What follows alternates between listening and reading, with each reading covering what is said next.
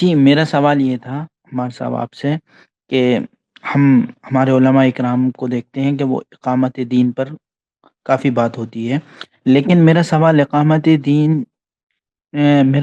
اس طریقے سے ہے کہ مان لیجیے اگر کسی علاقے میں مسلمانوں کی حکومت قائم ہو جاتی ہے،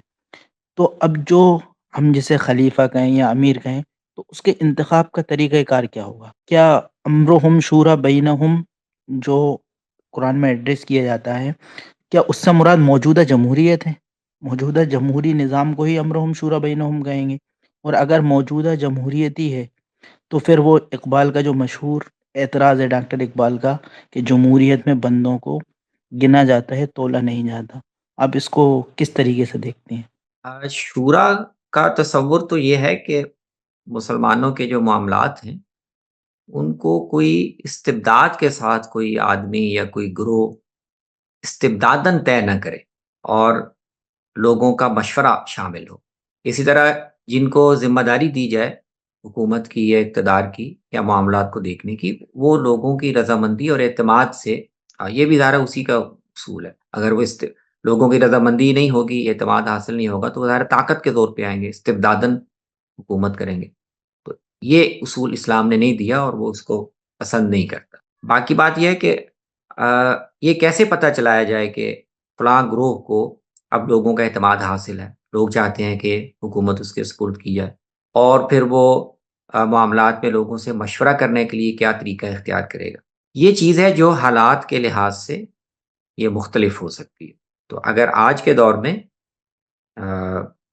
جو جمہوریت سے مراد انتخابی جمہوریت آپ کہہ رہے ہیں،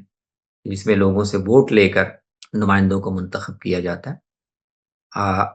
وہ اگر اس مقصد کو پورا کرتی ہے تو اس میں ظاہر ہے کوئی اعتراض کی بات نہیں ہو سکتی، لیکن اگر وہ اس مقصد کو پورا نہیں کرتی، اس مقصد میں کوئی رخنہ پیدا کرتی ہے یا اس میں اس مقصد کی راہ میں کوئی رکاوٹیں پیدا کرتی ہے، تو پھر اس پہلو سے اس پر اعتراض کیا جا سکتا۔ اگر عام لوگوں کو ووٹ کا حق دینے سے ان کی نمائندگی یا بہتر لوگوں کے انتخاب کا مقصد حاصل ہوتا ہے تو پھر اس پر اصولاً اسلام کو کوئی اعتراض نہیں ہے۔ لیکن اگر اس سے نہیں ہوتا، جیسے مثلا ہمارے یہاں پاکستان میں اس پر بہت گفتگو ہوتی ہے کہ کیا انتخاب کا یہ نظام ہمارے موجودہ جو سماجی ڈھانچہ ہے اور اس میں جو تعلیم کی صورتحال ہے اور تقسیم کی جو صورتحال ہے، کیا اس سے واقعی انتخابی سیاست سے وہ مقاصد حاصل ہو رہے ہیں جو جمہوریت سے حاصل ہونے چاہیے؟ تو اس طرح اس پہلو سے سوالات اٹھائے جا سکتے اچھا، ہم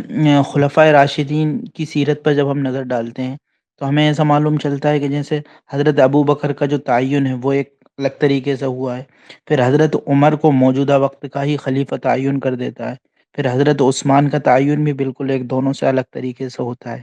تو تینوں کا طریقہ کار مطلب بظاہر ہمیں ایسا لگتا ہے کہ بالکل مختلف ہے، تو کیا اس کا مطلب یہی ہوا ہے کہ حالات کے تحت بس طریقہ کار کو چھوڑ دیا ہے تعین کے طریقے کو؟ ہیں۔ جی، ان یہ جو خلفاء کے انتخاب کے طریقے میں فرق ہے، اس سے بھی اہل علم یہی اخذ کرتے ہیں کہ بنیادی اصول ایک ہے کہ خلیفہ، یعنی اس وقت خلافت کا سیٹ اپ تھا اور قریش میں سے خلیفہ منتخب کرنا تھا، تو ایسا ہونا چاہیے خلیفہ جس کو عرب کے اور قریش کے اور دوسرے جو مسلمانوں کے نمائندہ گروہ ہیں ان کا اعتماد حاصل۔ تو اصول یہ تھا، لیکن طریقہ انتخاب مختلف ہو گیا، تو اس سے کوئی فرق نہیں پڑتا۔